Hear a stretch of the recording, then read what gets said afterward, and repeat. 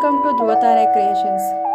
ಬನ್ನಿ ಫ್ರೆಂಡ್ಸ್, ಇವತ್ತು ನಾನು ಮಾಡ್ತಿರೋ ರೆಸಿಪಿ ಬಂದುಬಿಟ್ಟು ತೊಂಡೆಕಾಯಿ ಪಲ್ಯ.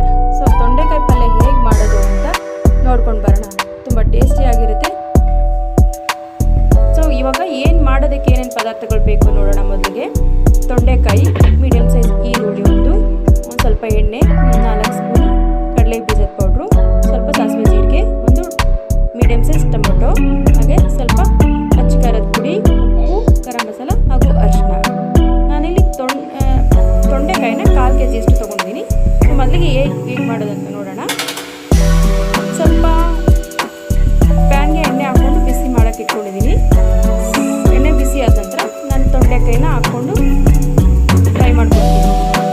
ತೊಂಡೆಕಾಯಿ ನಾನು ಇಲ್ಲಿ 1/4 kg ಅಷ್ಟು ತೊಗೊಂಡಿರೋದು. ಅದನ್ನು 1ರಲ್ಲಿ 4 ಭಾಗ ಮಾಡ್ಕೊಂಡಿದ್ದೀನಿ. ನೀವು ಬೇಕಂದರೆ ಚಿಕ್ಕದಾಗೂ ಮಾಡ್ಕೋಬೋದು. ನನಗೆ ಈ ಸೈಜಲ್ಲೇ ಸಾಕು ಅನಿಸ್ತು, ಇಷ್ಟೇ ಮಾಡ್ಕೊಂಡಿದ್ದೀನಿ. ಇದು ಏನಕ್ಕೆ ಫ್ರೈ ಮಾಡ್ಕೋಬೇಕಂದ್ರೆ ತುಂಬ ಸಿಪ್ಪೆ ಗಟ್ಟಿಯಾಗಿರುತ್ತೆ, ದಪ್ಪ ಇರುತ್ತಲ್ವ, ಗಟ್ಟಿ ಅನಿಸ್ಬಿಡುತ್ತೆ. ಸ್ವಲ್ಪ ಫ್ರೈ ಮಾಡಿಕೊಂಡ್ರೆ ತುಂಬ ಚೆನ್ನಾಗಿರುತ್ತೆ. ಸಿಪ್ಪೆ ಸ್ವಲ್ಪ ಸಾಫ್ಟ್ ಆಗೋವರೆಗೂ ಫ್ರೈ ಮಾಡ್ಕೊಳ್ಳಿ.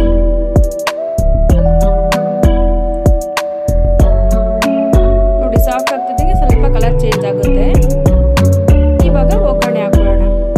ಒಗ್ಗರಣೆಗೆ ಸ್ವಲ್ಪ ಎಣ್ಣೆ, ಒಂದು ಸ್ವಲ್ಪ ಸಾಸಿವೆ ಜೀರಿಗೆ, ಸ್ವಲ್ಪ ಸಾಸಿವೆ ಸಿಡಿತಿದ್ದಂಗೆ ಏನು ಒಂದು ಮೀಡಿಯಮ್ ಸೈಜ್ ಈರುಳ್ಳಿ ತೊಗೊಂಡಿದ್ದೆ, ಅದನ್ನು ಹಾಕ್ಕೊಳ್ತಾ ಇದ್ದೀನಿ.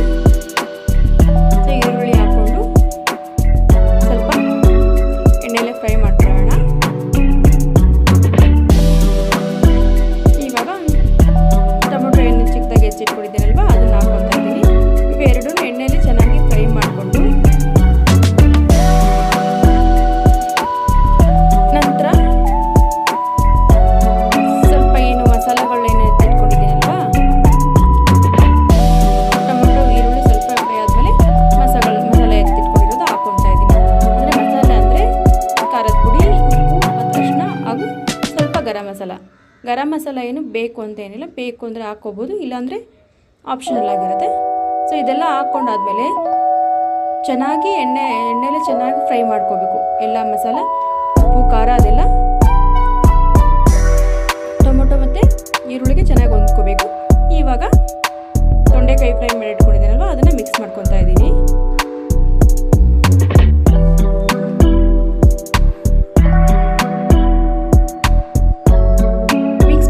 ಚೆನ್ನಾಗಿ ಮಿಕ್ಸ್ ಮಾಡ್ಕೊಳ್ಳಿ. ಹಂಗೆ ಸ್ವಲ್ಪ ಹುಳಿ ಜಾಸ್ತಿ ಇಟ್ಕೊಂಡು ಮಿಕ್ಸ್ ಮಾಡ್ಕೊಬೋದು. ಅದು ಸ್ವಲ್ಪ ಮಿಕ್ಸ್ ಮಾಡ್ಕೊಂಡು ಆದಮೇಲೆ ನೀರು ಹಾಕ್ಕೊಳ್ಳಿ. ನಾನಿಲ್ಲಿ ಒಂದು ಅರ್ಧ ಗ್ಲಾಸಷ್ಟು ನೀರು ಹಾಕ್ಕೊಂಡಿದ್ದೀನಿ, ಮುಕ್ಕಾಲು ಗ್ಲಾಸಷ್ಟು ನೀರು ಹಾಕ್ಕೊಂಡಿದ್ದೀನಿ.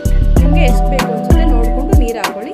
ನೀರು ಹಾಕಿ ಚೆನ್ನಾಗಿ ಮಿಕ್ಸ್ ಮಾಡಾದ್ಮೇಲೆ ಮುಚ್ಚಿ ಬೇಯಿಸ್ಕೊಳ್ಳಿ. ಒಂದು 2-3 ನಿಮಿಷ ಮುಚ್ಚಿ ಬೇಯಿಸ್ಕೊಳ್ಳಿ.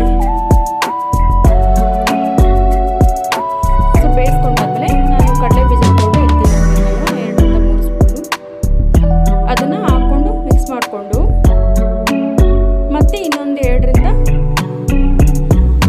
ನಿಮಿಷ ಮುಚ್ಚಿ ಬೇಯಿಸ್ಕೊಳ್ಬೇಕು. ಯಾಕೆಂದರೆ ಕಡಲೆ ಬೀಜದ ಪೌಡ್ರ್ ಮುಂಚೆನೇ ಹಾಕಿ ಬೇಯಿಸ್ಕೊಂಡ್ರೆ ಅದೆಲ್ಲ ತಳ ಹಿಡಿದು ಬರುತ್ತೆ. ನಾನು ತೊಂಡೆಕಾಯಿ ಬೆಂದಾದ್ಮೇಲೆ ಹಾಕ್ಕೊಂಡು ಮಿಕ್ಸ್ ಮಾಡ್ಕೊಂಡು ಮತ್ತೊಂದು ಸ್ವಲ್ಪ ಬೇಯಿಸ್ಕೊತೀನಿ. ಯಾಕೆಂದರೆ ಅದು ಫ್ಲೇವರು ಸಿಗಬೇಕಲ್ವ ನಮಗೆ, ಅದರದ್ದು ಕಡಲೆ ಬೀಜದ ಫ್ಲೇವರು ಬೆಂದರೆ ಚೆನ್ನಾಗಿರುತ್ತೆ. ನೋಡಿ, ಇವಾಗ ತೊಂಡೆಕಾಯಿ ಪಲ್ಯ ರೆಡಿಯಾಗಿದೆ. ನೋಡಿ ಫ್ರೆಂಡ್ಸ್, ನಿಮಗೆ ಈ ರೆಸಿಪಿ ಇಷ್ಟ ಆಗಿದ್ದಲ್ಲಿ ಲೈಕ್ ಮಾಡಿ, ಹಾಗೆ ಹೇಗಿತ್ತು ಅಂತ ಕಮೆಂಟ್ ಮಾಡಿ. ಇದೇ ರೀತಿ ರೆಸಿಪಿಗಳು ಬೇಕು ಅಂದರೆ